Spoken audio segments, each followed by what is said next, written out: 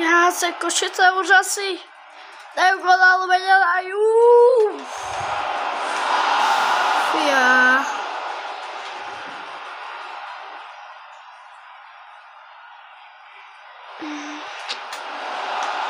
A čím dajú gól? Asi nedali ani gól.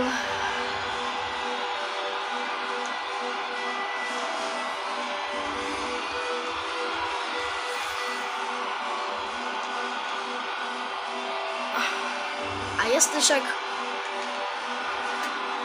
Dobre, HC Košice.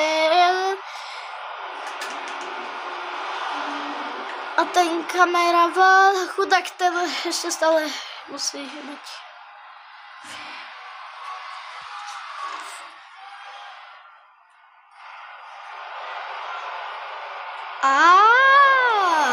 Fúha. Nič. 3-3 stále. Asi 4-3 bude. Fúha, nevadí nikto. Ešte Zech.